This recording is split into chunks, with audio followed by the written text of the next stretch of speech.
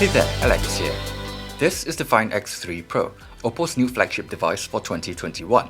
Let's just dive right in and see if it's just as good as the Find X2 Pro.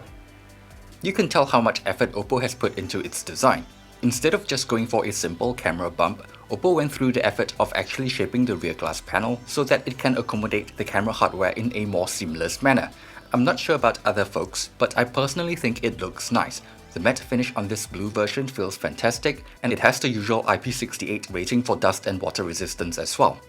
One of the main selling points of the Find X3 Pro is how it is able to capture and present 10-bit content. So let's talk about display first. Supporting 10-bit means that the screen is able to display more colors compared to a traditional 8-bit display.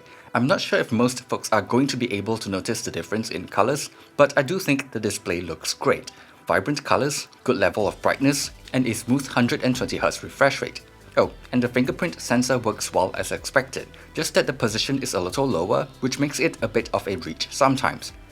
The display is still slightly curved at the edges, which is a bit of a bummer, but I have no issues with accidental touches and it doesn't affect the viewing experience too much. Combine that with the good sounding stereo speakers, it's a very enjoyable device to use when it comes to media consumption. The next would be capturing 10-bit. When viewed on the phone's 10-bit screen, I do notice a bit of difference, but I'm just not sure if this is a feature that regular consumers will care about, because when you share the photos through messaging apps or social media, the photo will still be compressed.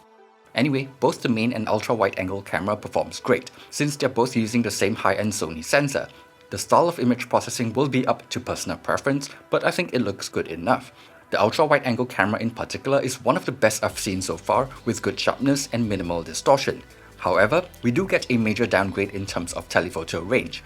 Unlike the Find X2 Pro, which has a 5x periscope telephoto camera, the 2x camera here is kinda underwhelming. Last but not least, the Find X3 Pro has a unique micro lens camera with a built-in ring flash that can be used for really close-up shots, way closer than the usual macro shots. You have to get really close to the subject, but it works surprisingly well and is a lot of fun to play with. However, I feel like in my day-to-day usage, a good telephoto lens would probably be more useful.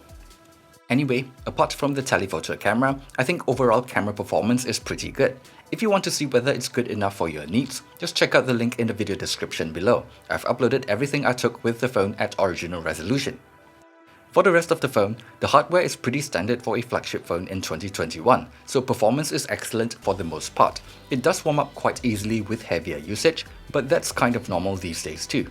Most of the time, it's just slightly warm to the touch and doesn't affect my daily usage. The only exception is Genshin Impact at the highest graphic settings, but that's the same with every other phone I've tested so far. Battery life has been decent for me, and a day of regular use is easily achievable, but it is possible to drain the battery within a day with very heavy use. Anyway, I recorded the amount of battery drain while using the phone, so you can pause the video now if you want some sort of reference. Thankfully, it still comes with a 65-watt charger in the box, which is really handy when I need a quick top-up. Also, if you have a compatible wireless charger, it can go up to 30 watt, which is pretty fast for wireless charging. In terms of software, it's running ColorOS 11.2 based on Android 11, and it's a pretty decent user experience. There are even more customization options for the home screen and icons, which I like, and it has a bunch of useful features built in like easy multitasking, gaming mode, and whatnot.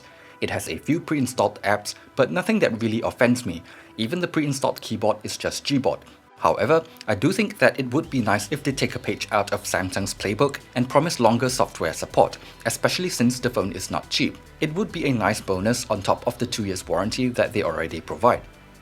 All in all, the Find X3 Pro is a pretty impressive phone, just like its predecessor was.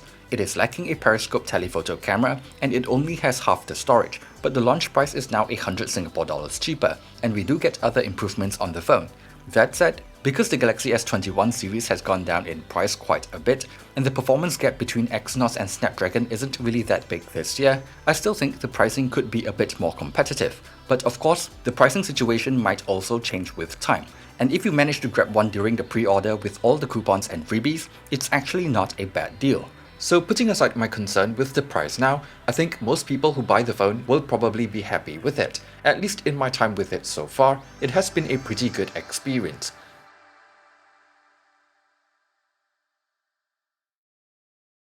Thanks for watching this video, and see you guys on the next one.